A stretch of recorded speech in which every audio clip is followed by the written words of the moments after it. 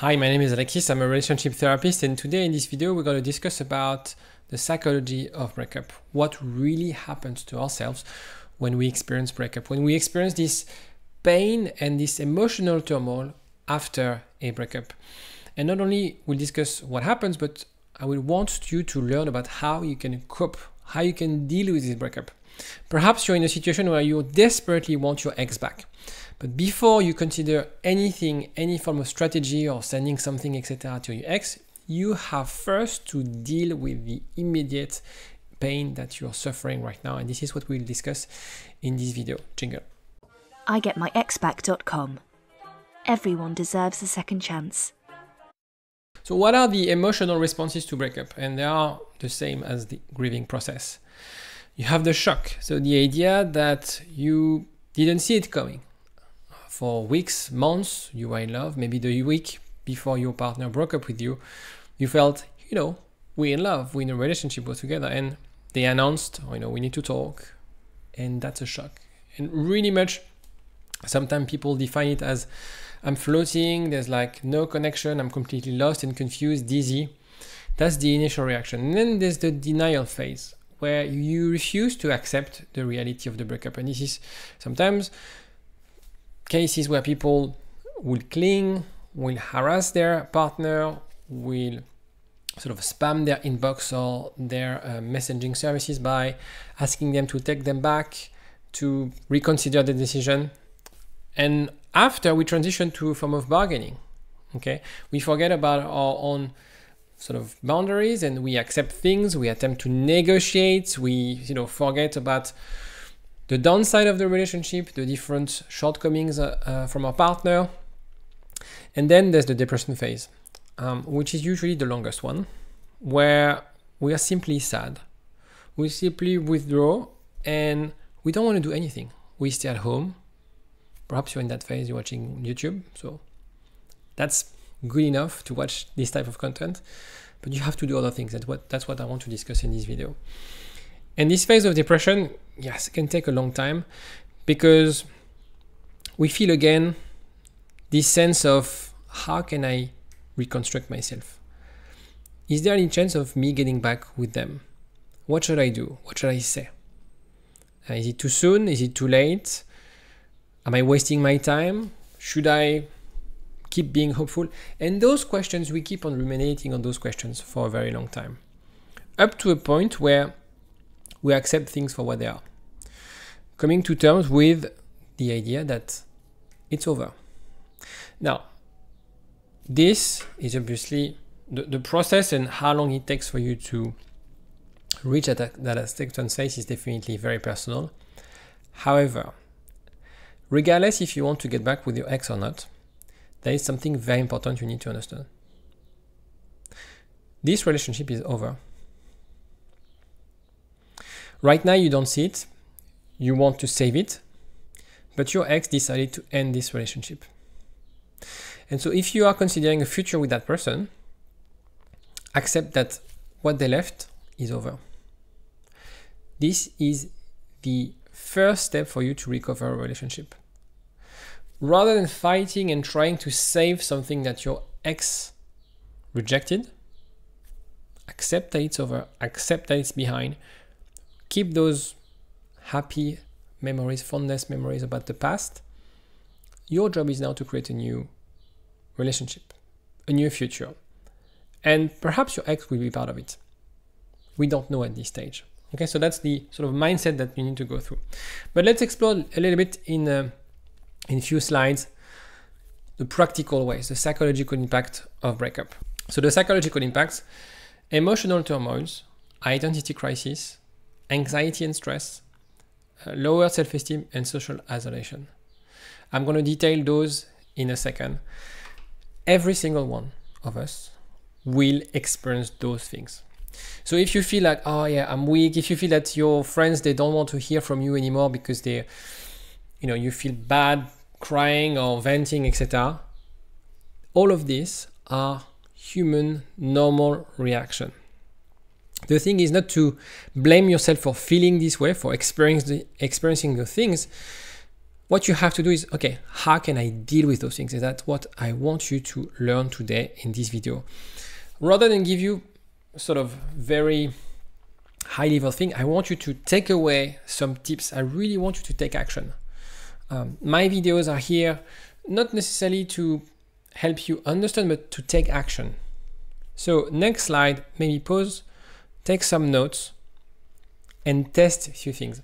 If there's one thing you need to take away from this video, is I want you to find one thing you will do today or tomorrow that will help you manage those impacts.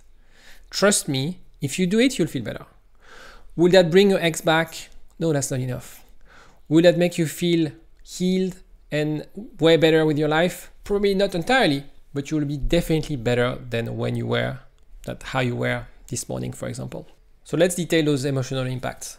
First of all is emotional turmoil. So it's about how you can manage your limbic system, your fight or flight response, mindfulness, meditation.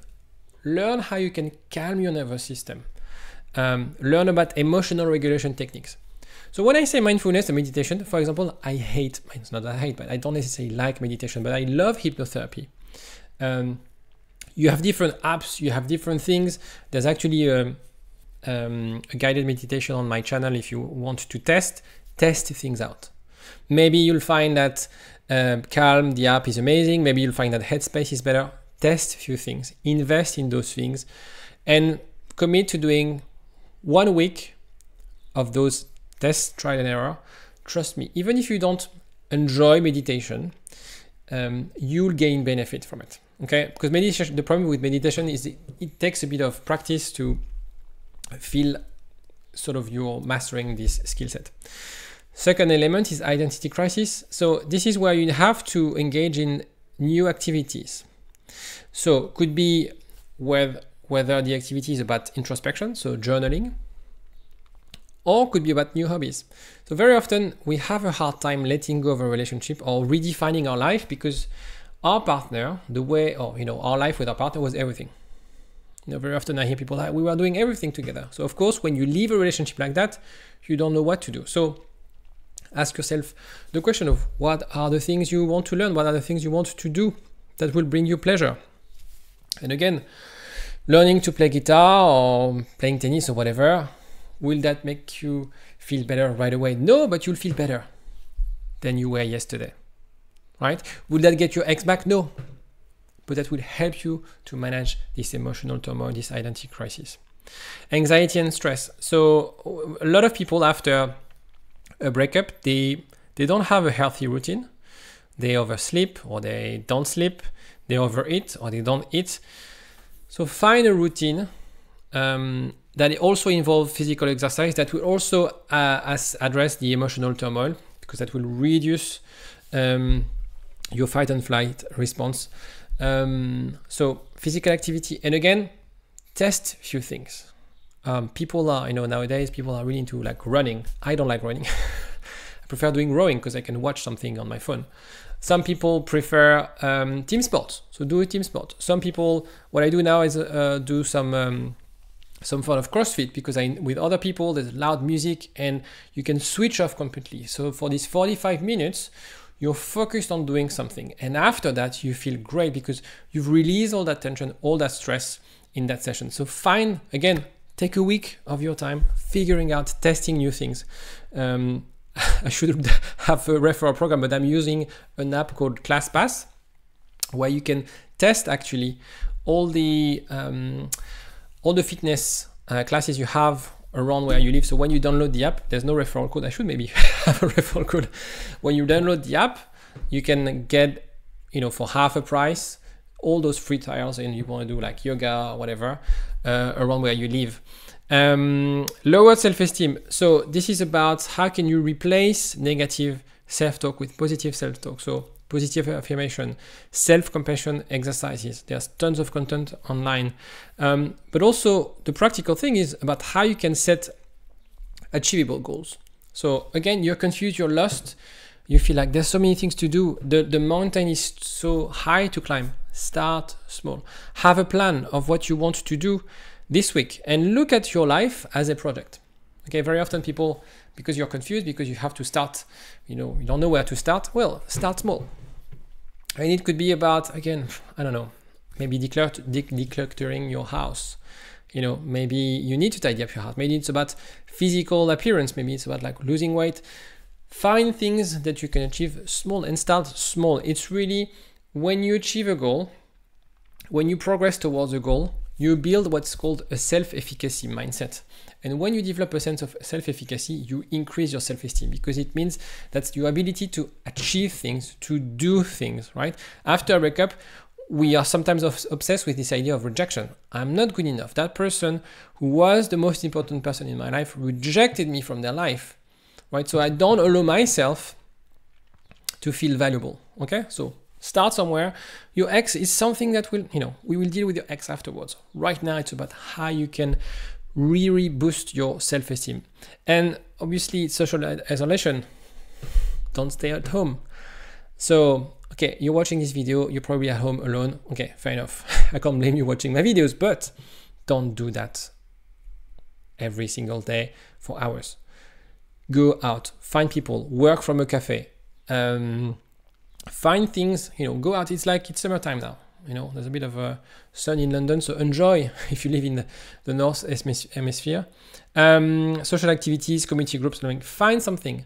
Go on meetup.com, go on Eventbrite, do some social networking events or professional networking events. Don't stay at home in the evening if you can. Don't stay at home if you work from home, work from a coffee. Don't stay at home. Don't isolate yourself. And I'm not saying you should necessarily speak to strangers and be social, etc. If you don't feel like it, don't do it. But staying at home, again, will be the right way for you to ruminate and dwell on the past. So on those things, depending on where you see look at the priority. Look whether you're maybe right now super stressed and anxious. So look at the ways you can deal with that. Maybe it's about the emotional turmoil. Look at this and come up with a plan. Please take action. My videos are, yes, it's about learning, but it's about doing. I'm really happy if you guys take those tips and do something about it. Of course, the people who I work with, my clients, they're pretty much into the doing because they have no other choice because I'm pushing them. So if you're not my clients and if you don't work with me, have this sort of approach, discipline of like, okay, I want to take those tips and apply them in my life. Again, it's really about small steps. It's not going to be and actually, if you hear anyone online telling you if you do this, that's a silver bullet and you're going to feel better right away, be aware. It's really the accumulation. It's a journey. Okay. Today you feel 0.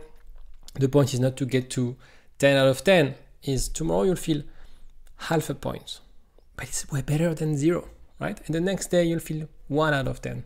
Okay. This is about how you build up this resilience. That's, addressing those things is building resilience. This is what you need right now in your life. And that will pay off if you want to get back with your ex, actually. Quick word on attachment style. Obviously, avoidant have an ability to soothe, to self-soothe after a breakup.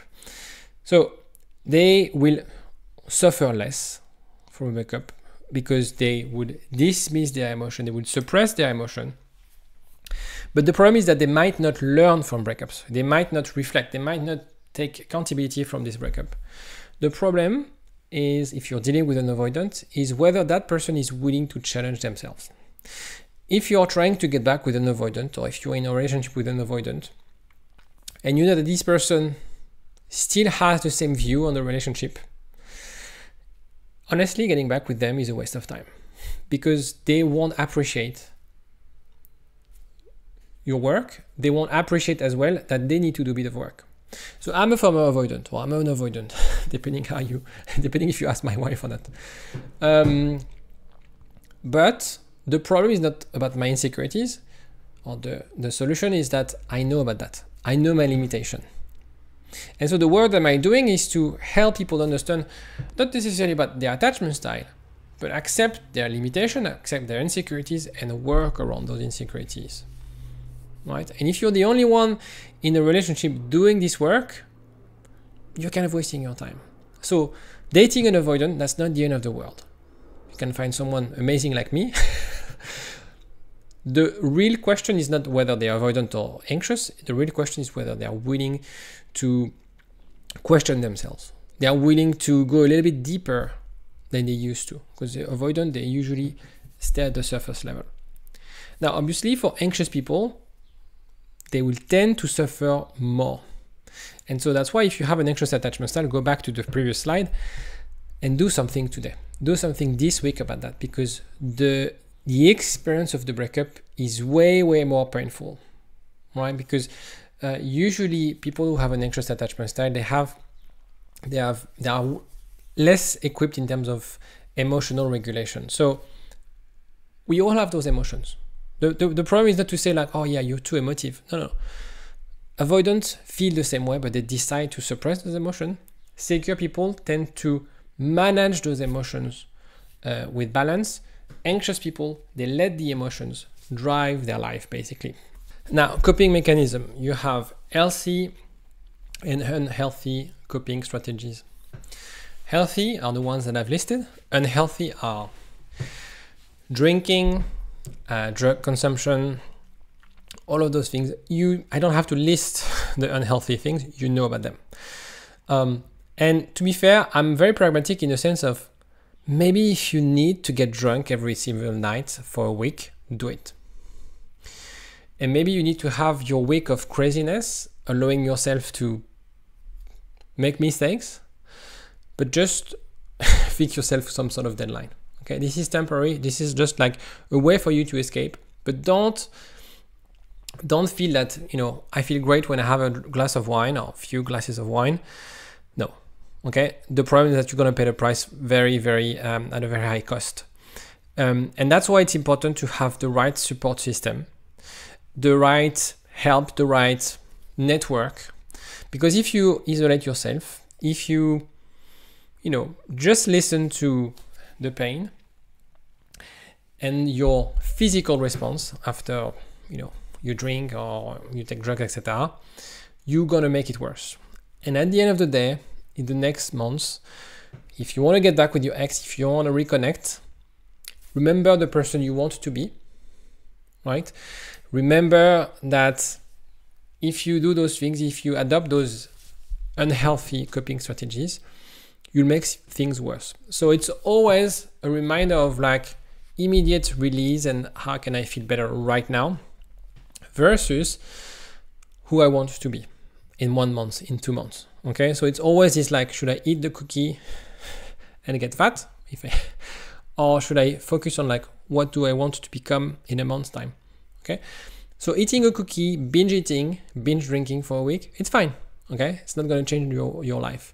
However, it's about making it stop and deciding once and for all, I want to feel better and I want to adopt healthy coping strategies. And that's why sometimes it's very hard to do it on your own. So if you struggle, if you want to discuss with someone, let me know, not let me know, but just reach out. There's a link in the description if you want to have a chat with me. Very quickly on the science of heartbreak, the way we react or in our brain, in our physiology, is exactly the same way we react from physical brain. So there's been studies about looking at scans of brains, and it's exactly the same part of the brain activated when we feel heartbroken. So again, it's to say that the pain is real.